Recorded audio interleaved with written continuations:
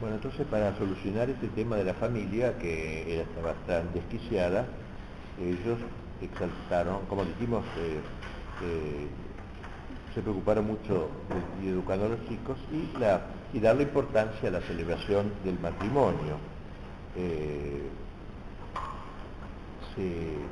Había mucha preocupación también de separar a los hombres y las mujeres en las ceremonias, etcétera, por los motivos obvios. Los muchachos en el patio de los padres y las chicas en el cementerio. Dijimos que dividían así la salida. También los padres los acostumbraron a vestirse, pero no les inventaron el traje, sino que adoptaron el traje ya común entre los indios no salvajes del país. Dice el padre Cardiel, el vestido del indio es camisa, jubón, calzoncillo, calzones y en camiseta o poncho y alguna montera o birreta y varios alcanzan sombreros.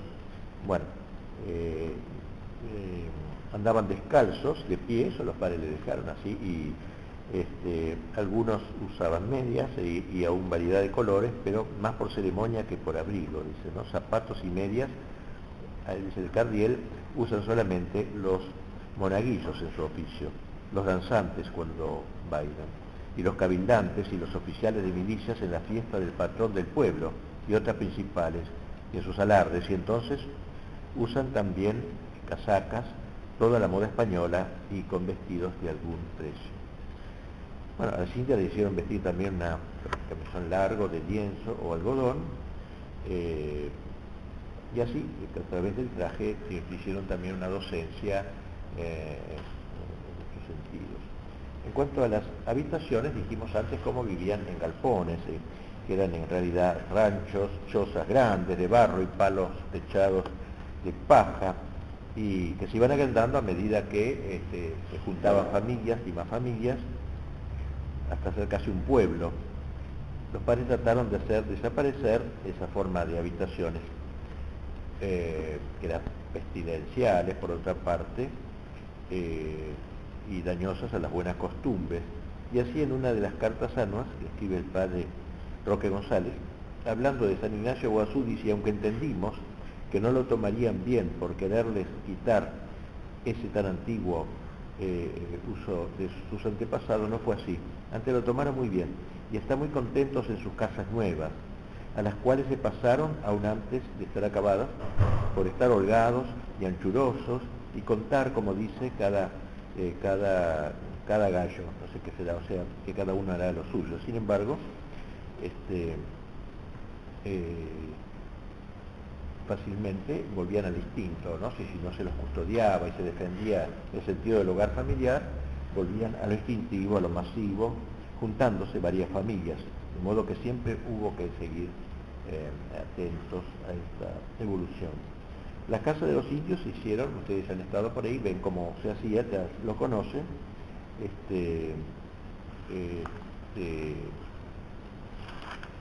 y en ello había, en la construcción había una finalidad pastoral. Los tamaños eran más 5 o 6 metros de lado y había sillas, aquí ellos no sabían lo que era eso, se acostaban en esteras que colgaban, que ponían gancho uno en cada pared, esa era la costumbre que teníamos, todo eso. Se usaron piedras, tejas, barro cocido, y así. Bueno, en cuanto a la organización política, o sea, la familia, entonces la fueron arreglando y aquí el trabajo pastoral no solo consistió en dar discursos sobre lo que era familia, sino en dar un hábitat, y eso es interesante, la relación entre lo edilicio, por ejemplo, y la formación pastoral, y la pastoral. ¿No? Pastoral pedía lo edilicio, era una condición. Cuanto a la política, digamos, como sabemos, ellos tenían municipios porque era una ciudad española, tenía un cabildo, eh, pueblos de indios inmediatamente subordinados al gobernador. El gobernador tenía poder de los sitios, y el cabildo tenía la misma composición que pedía las leyes de recopilación de indias. En cada pueblo había que formarse un cabildo de indios, un ayuntamiento semejante al de las ciudades españolas, todos fuesen indios, eso sí. Claro, el problema que tuvieron los padres es que los caciques, los los indios estaban habituados no a una autoridad política, sino a los caciques. A los caciques, esa era su relación de autoridad. Entonces los padres, notable porque manteniendo toda la estructura española, siguieron los caciques con su poder, hicieron como una mezcla del poder del cacique sobre un grupo de indios y los cabildantes, y los hacían a los caciques miembros de la autoridad, de modo que fueron mezclando las dos cosas sin herir demasiado. Pero ya en 1626 ya prácticamente estaban todos los cabildos formados. Bueno, había elecciones, no sin propaganda previa comercial. Los primeros días del año se elegía el cabildo y había un solo oficio que no era electivo, que era el llamado corregidor, y ese lo nombraba el gobernador, a instancia obviamente los padres, porque él conocía poco, iba a veces gobernador, pero no tanto. Se hacía la votación en presencia del párroco, como lo declara la cédula del rey, y bueno, el día de Año Nuevo se hacía la toma de posesión con toda solemnidad, con juramento, digamos, de las nuevas autoridades, y de modo que los indios quedasen muy impresionados por el sentido del valor de la política, del político. También en eso hubo una docencia implícita, ¿no? El valor de la autoridad como representación de Dios y todo el espíritu medieval y cristiandad del gobernante como vicario de Dios en el orden temporal. Más o menos esta idea que es ardua de entender para un indio, pero a través de las ceremonias y de los sermones de los padres lo iban introduciendo.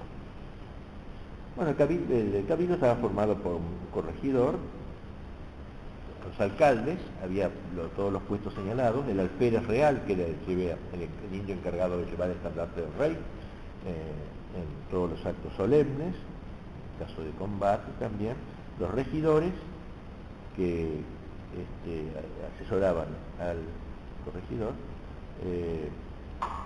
los varistas se llamaban, porque llevaban una vara, que era insignia del oficio. Los indios les gustaba mucho eso, todos los signos, en naturaleza todo ser humano, pero ellos más, así que los padres trabajaban mucho en los símbolos y en los signos, y así otros, lo que señalaba el Consejo Indio. Bueno, había también policía, había castigos también, como hemos señalado, cuando había un delincuente, había una pequeña cárcel, había uno o dos adentro, no solía haber más, los más peligrosos en todo caso, porque no había, a pesar de ser salvajes inicialmente, y era notable como estos hombres que eran completamente bárbaros y robustos, se sujetaban a los castigos. ¿Se recuerda que vimos el de que pasó ahí en Colonia Sacramento?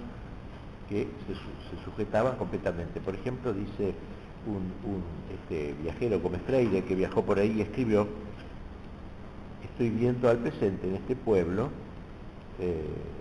como el padre cura manda a los indios que se tiendan en el suelo y sin más ataduras que el respeto que le tienen, reciben 25 azotes y levantándose enseguida van a darle las gracias y besarle la mano.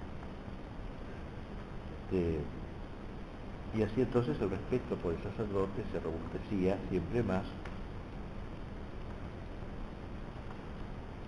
Los azotes se daban en el rollo de la plaza, en el medio de la plaza grande, que ustedes han visto, había un rollo, es decir, un tronco, y ahí era donde se daba, rollo se llama, una columna de piedra ordinaria rematada por una cruz, y que era insignia de jurisdicción, donde se ataba a los que iban a sufrir el castigo.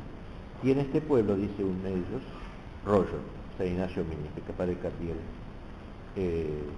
Bueno, ya les dije que todos los castigos debían hacerse en presencia del padre para evitar que se excediera el indio que castigaba. Y la otra clase de castigo fue, como dije, la cárcel. Y en este pueblo, rollo y cárcel, dice uno de ellos, o sea, la idea de castigo público y la cárcel. La cárcel la llamaban los indios el cepo, la casa del cepo, y había un alguacil, había un cuidador de la cárcel. Bueno, nunca se ejecutó pena de muerte. Lo más que se hizo a un delincuente muy importante era expulsarlo del territorio de la doctrina, acompañado de ignominia y tras un año de cárcel a modo de castigo. Por ejemplo, los hechiceros eran castigados así duramente, los brujos, que eran los principales enemigos. Bueno, había especial subordinación al gobernador también, o sea, contrariamente a lo que decía Lugones del imperio jesuítico, como que era un estado dentro del otro estado, había una subordinación al gobernador. El gobernador visitaba las reducciones año por medio más o menos, y era una fiesta para él, porque iba a un pueblo, cuando llegaba lo esperaban un grupo de indios, 10 leguas antes de llegar, lo acompañaban a caballo delante, llegaba ahí, había grandes actos, y luego lo acompañaban al siguiente pueblo a otros 50 kilómetros, o qué sé yo, una cada tiempo, así que era como un desfile glorioso, cuando el gobernador iba, o si no, también en casos de guerra. La recepción del gobernador es todo un ritual, ¿no? Un ritual, para acostumbrarlos al respeto a España y a la autoridad española. O sea, de ningún modo quisieron hacerlos islotes ajenos al imperio español. Ellos eran muy conscientes. Les dije que en guerra guaranítica, esa que vendría después, tan triste, ellos morían gritando viva el rey. Ellos creían que el rey era el jefe de ellos, ¿no? El rey de España. Y cuando hacían autos sacramentales, los malos eran los portugueses y los buenos eran ellos, que representaban a los españoles. Portugal era el enemigo histórico de España.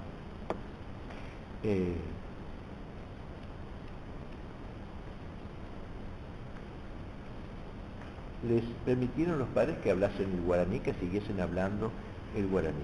La ley ordenaba que los curas y doctrineros, dice, usando de los medios más suaves, dice la ley de Indias, dispongan y encaminen que a todos los indios sea enseñado la lengua española.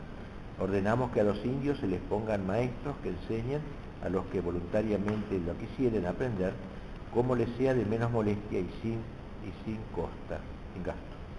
O sea, de todos modos, había que pedir que fuera voluntaria la enseñanza del castellano, medio suave, como dice, sino con una obligación. A todo el pueblo se le enseñaba los números, había cosas que había que enseñarles por motivo luego de comercio, los números, los nombres de los días y de los meses en castellano, claro, todo eso sí, dice el padre Peramás, cada domingo, después de rezadas por todas las oraciones del catecismo y los misterios, los dos que de pie en medio de la iglesia llevaban la voz, decían, estos son los nombres y el orden de los números, 1, y respondía el pueblo 1, y seguían ellos 2, y todos a su vez 2, continuando 3, 4, y así hasta 100 y 1000, no sé, bueno.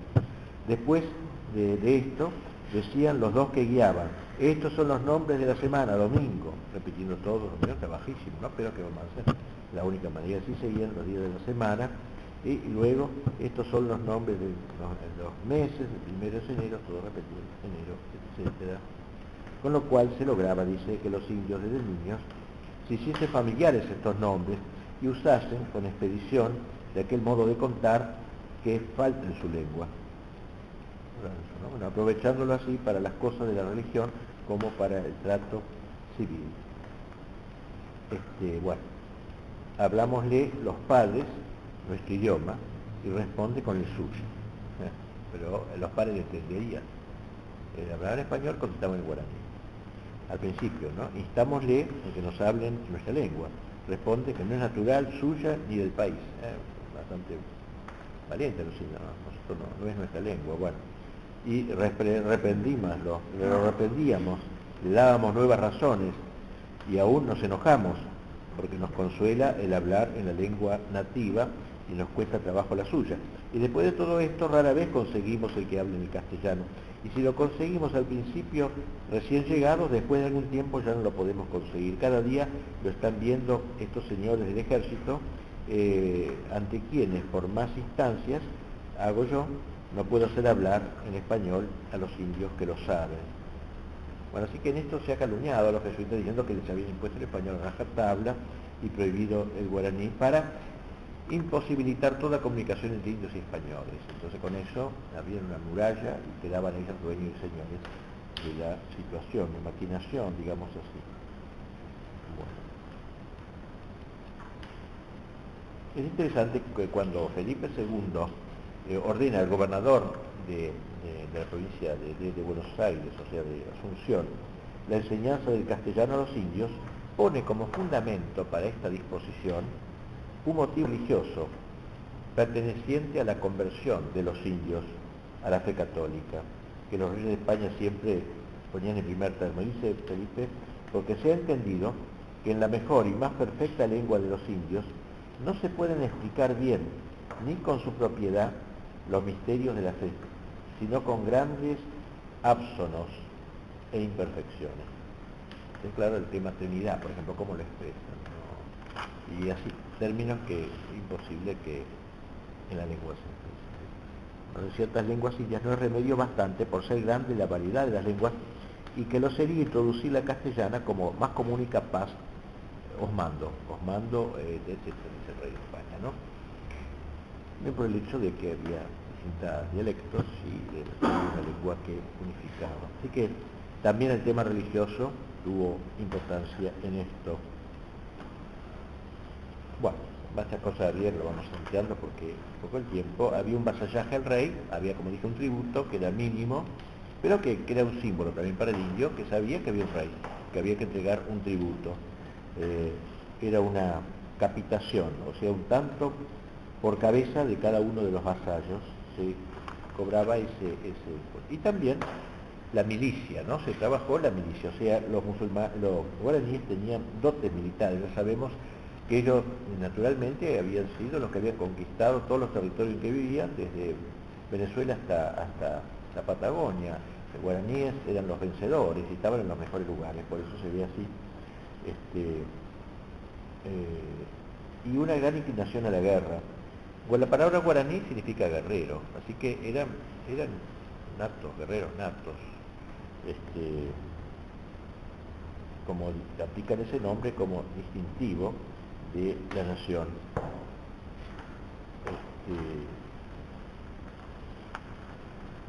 Las armas que en sus guerras empleaban los guaraníes al llegar los españoles eran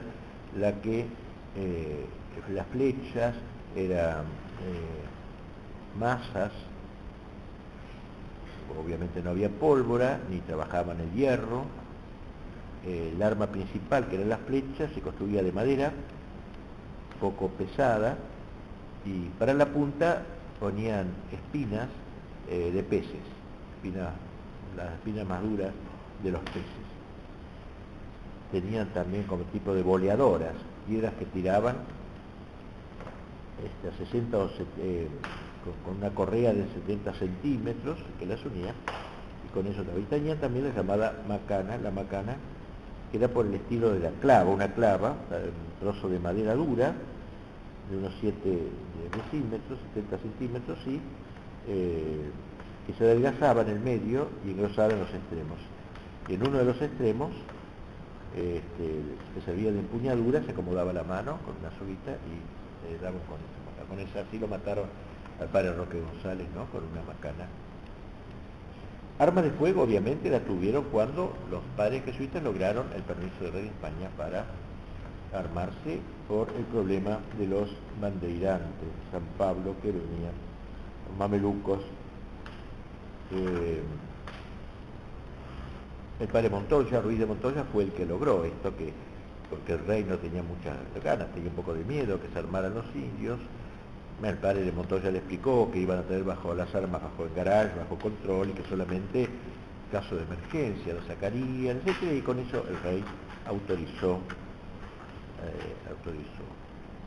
Dice, en la forma que suplicaron a su majestad, es decir, guardándolos en depósito aparte a cargo de los misioneros y usándolos en la guerra y en los ejercicios militares que solían hacer bajo la dirección de algún hermano coadjutor que hubiera sido militar. Varias acciones bélicas tuvieron, la de los mamelucos que conté, la de Colonia del Sacramento, que cada vez que había un problema se traían 1000, 2000 indios por orden del gobernador, porque obedecían órdenes del gobernador y acompañado, como dijimos, por padres, sacerdotes, que para la atención espiritual en ese tiempo. Fíjate cómo se hizo la batalla final y las acciones bélicas sobre Colonia de Sacramento, que le dieron la sensación de su intromisión, de su integración en el imperio. Bueno, había oficios militares, había caballos reservados para la guerra, 200 caballos para la guerra, pólvora, hágase pólvora en todos los pueblos cuanto se pudiere, fue la orden, de modo que y se hacían simulacros de guerra, como se hacen todas las maniobras entre indios. Así nos lo describe el doctor Sark, uno que estaba de visita también, entre otros agasajos, con que festejó el gobernador a un huésped que había conocido célebre capitán en las campañas de Portugal, cuando duraban contra Castilla, fue un alarde que mandó hiciesen 400 indios en la plaza de la ciudad. Se los llevó a Asunción, hicieron una exhibición, 400 indios, bien preparados, ¿no?, en la ciudad. Dividiéronse los indios a su usanza, sin dirección alguna de cabo español, en dos bandos, uno castellano y otro portugués. Echaron por delante sus reyes de armas. Se hicieron los parlamentos, es decir, se insultaban, ustedes, canallas, vergüenza, y el otro les respondía, ríndanse, qué sé yo. Se hacía como intercambio, que eso era ritual casi en todas las guerras europeas también. Se hacía entonces parlamentos y representaciones de los derechos de cada parte. Usted no tiene derechos, otro sí, yo, toda una discusión. Era un sentido más humano las guerras de antes, ¿no? Porque esto, aunque era un ritual, pero también tenía que ver con el respeto a las leyes y a los derechos. Y no conviniendo los dos, se provocaron a la guerra. Armóse la escaramuza con tal viveza, porque el peligro del siglo que lo tomaba todo muy en serio. Es una obra de teatro, pero el que ve que matarlo uno, capaz que lo mataba en serio. Bueno. Entonces, hacías que toda la gente que iba dudaba si era guerra sangrienta o apariencia sola. Se hacían muertos los disfrazados portugueses y otros se dejaban apresar y despojar de sus insignias, simulando resistencia, hasta que, clamando victoria el campo castellano, sin perder hombre, ofrecían los despojos y prisioneros al gobernador y al capitán huésped, que no podré asegurar gustase tanto de la representación cuanto la aplaudió toda la ciudad, afirmando que si aquellos indios peleasen en las veras con el orgullo y destreza que en las burlas, serían invencibles. Aunque no faltó algún vecino portugués que extrañase de que le hubiese caído algún castellano, aunque han reñido con viviendas. Pero acostumbran así sus alardes, aún hasta los muchachos, por haber sido los del Brasil, los enemigos, que más los han ejercitado en las guerras, como por la misma causa entre moros y cristianos en España. Porque también a veces las guerras se disfrazaban de moros, unos indios, y de españoles los otros, representando las cruzadas o la reconquista de España. Estos eran ejercicios militares. Bueno, pasemos a otro tema, el régimen económico. Todo muy rápido por el tiempo.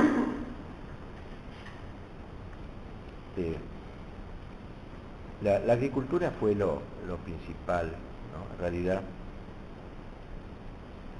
las dos plantas que más cultivaron fueron el maíz y la mandioca, y también la batata. El maíz era la planta que representaba lo que los europeos es el trigo, y lo que más se multiplicaba, el maíz. El trigo también se producía, pero no rendía fruta abundante y lo dejaron luego porque no anduvo. En cambio el maíz, varias cosechas anuales, se machacaba el maíz, se hacían estas tortas y aún el chipa, un pan de gente del campo que todavía se usa en esa zona de Corrientes. Se hacía mazamorra, ¿no? Preparando eso, cociéndolo con agua, y además, bueno, el locro y la chicha, bebida que entre los guaraníes equivalía al vino. La segunda planta era la mandioca que se utilizaba mucho, y también la tapioca, que era una cosa semejante. A estos dos alimentos se añadía, como dije, la batata cocido o asada al fuego. Estas eran las principales plantas, pero también había lentejas, porotos, garbanzos, azúcar, zapallo, y el algodón mucho, porque era el vestido, lo usaban para los vestidos y así en gran abundancia. Bueno, la labranza se hacía con bueyes. Cada indio casado pedía a su cacique un par de bueyes que los usaba para cultivar su chacra.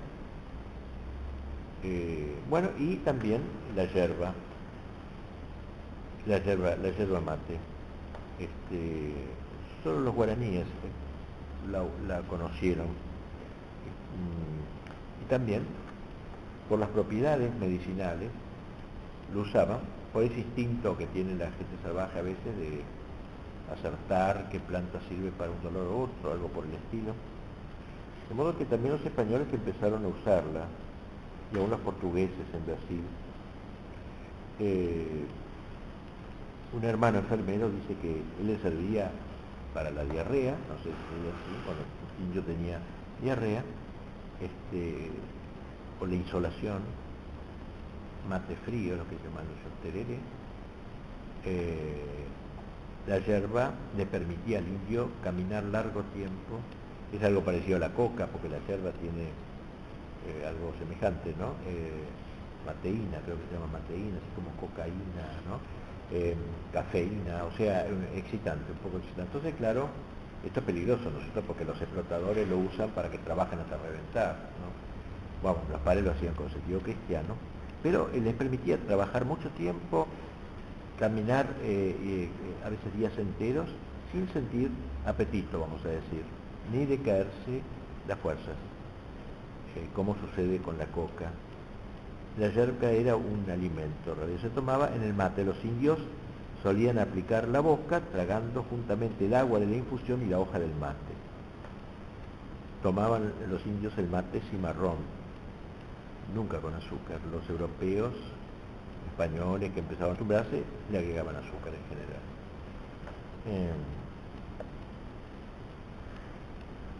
Aunque los padres trataban de que los guaraníes sembrasen yerbales en cada pueblo, pues saben que cada pueblo, además de esto, adelanto, no sé si Dios pues creo que no, lo digo enseguida, pero que tenían estancias, cada pueblo tenía una estancia que lo abastecía, una estancia que a lo mejor no estaba al lado del pueblo, estaba a 200 kilómetros, había una capillita ahí, y los indios lo trabajaban. Todo Uruguay eran estancias jesuíticas casi. Bueno, pero digo, los padres querían eso, que plantasen yerbales, y porque la yerba no crecía espontáneamente ahí en la zona donde ustedes han visitado. En cambio sí crecía en el norte, donde tuvieron las primeras reducciones, esas que fueron hinchados, ¿no? Entonces tuvieron que trasplantar a las tierras nuestras, a Misiones, yerba. Y tardaron no sé cuánto, hicieron inventos, la pelaban, qué sé yo, todo, la planta, hasta que agarró. Y hoy tienen yerbatales tan grandes, ¿no? Pero no era propio del lugar, de los lugares argentinos, paraguayos y uruguayos que luego, bueno, así que como se trasladaba, se secaba, etcétera, y hasta que por fin lograron aprender. Al ser expulsados los jesuitas en 1768, los padres habían logrado ya que todas las doctrinas tuviesen sus yerbales, y así se ahorraban viajes penosos de ir a buscar yerba a otro lado. Dice que la semilla, del tamaño de un grano de pimienta, tiene dentro, después de muchas pruebas, de aquellos granitos limpios, le quitaban la goma, qué sé yo, era un lío, nacieron las primeras y crecieron muy bien. Bueno, en cuanto a la ganadería, los padres entendieron también la necesidad de tener animales, y animales, sobre todo vacunos, con algunas vacas dadas de limosna de los colegios, de la compañía, se entabló este nuevo recurso. Ya en las misiones de Guayá, del norte, ya había eso, ¿no? Ya el número de vacas que habían quedado abandonadas, había un inmenso ganado de vacas cimarronas, sueltas, salvajes, que había que agarrarlas, y todo un procedimiento para rodear la vaca, ponían toros que cercaban la vaca y las rodeaban, y las metían luego en los corrales y las domesticaban, por así decir. Se multiplicaban en un país donde no eran molestadas las vacas, ¿no? Había abundancia de pasto, me refiero a las vacas salvajes, que habían ido brotando, una cantidad enorme de ganado andaba suelto por ahí, vaquerías del mar se llamaba, todo el actual Uruguay estaba lleno de vacas, así que los indios tenían un sustento formidable, cuanto que esas vacas las podían cazar, no eran de nadie. Así que juntaron pronto 80.000 cabezas de ganado, amansadas las vacas, y llegaron a tener 500.000 animales, con lo cual proveían a todos los pueblos con orden para que no se consumiesen.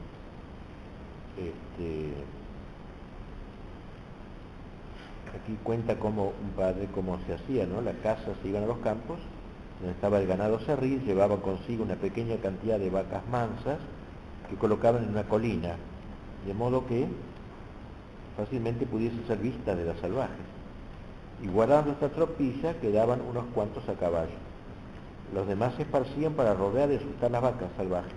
Las empujaban, acorralaban. Los animales asustados, viendo la tropa de vacas mansas arriba del cerro, se iban acercando y entonces los agarraban. En la noche prendían hogueras para contener el ganado bravío, que de otro modo se abría paso y se desbandaba otra vez. Así que era difícil, pero los rodeos, sí, los rodeos. Bueno, en cuanto a la división del trabajo, de la posesión, había lo que se llamaba dos procedimientos, lo que se llamaban el Abambaé y el Tupambaé. Abambaé, Abá quiere decir indio, y Baé, cosa perteneciente o propiedad. Era la propiedad privada del indio, que diríamos hoy en lenguaje más moderno, la propiedad personal de cada indio. Esto, bueno, y Tupambaé era, Baé ya sabemos, propiedad, y Tupa es Dios, la propiedad de Dios. O sea, había una propiedad particular del indio y una propiedad común, diríamos en el lenguaje más moderno, de Dios, en el sentido que estaba a disposición del conjunto. Esto contra una idea que se dijo que fue un primer Estado comunista, o sea, el Estado, eso se ha dicho, ¿no? Como el primer Estado comunista, que no había propiedad privada, es falso eso. Lo que pasa es que si le dejaban todo en manos del indio, se lo comían todo. Entonces había que salvar el futuro del indio con ese campo colectivo, de donde se hacía cosechas para la comunidad y se guardaba. O sea, a poner esto que es una idea interesante. O sea, se dividía el terreno por cada indio, una chacra se llamaba, en que podía él cosechar lo que quería, maíz, mandioca, legumbres. Bueno, pues ya vimos la pereza, la desidia que tenían, y si los abandonaban a su propia iniciativa, no cultivaban más que un pedacito, ¿no? para una semana, vamos a decir. Con lo cual, la mitad del año estaban terminados todos los víveres.